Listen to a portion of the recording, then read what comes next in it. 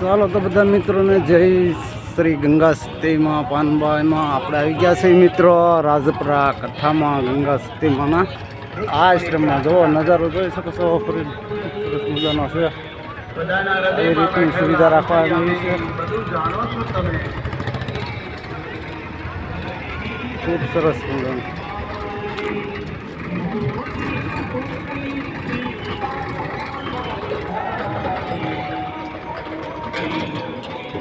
એ તો ભગવાનની કથામાં શ્રીમદ ભાગવત કથામાં આપણે આવી ગયા છીએ મિત્રો. તમે બધા દર્શન કરી શકો છો.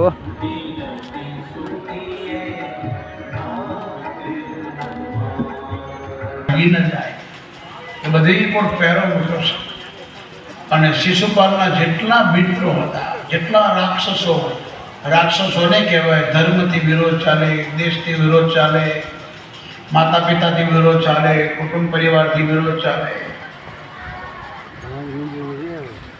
બધી શરમ નેવે મૂકી દે અને રાક્ષસ કીધું. અને આવા લોકોને ખોટા સાથ આપે.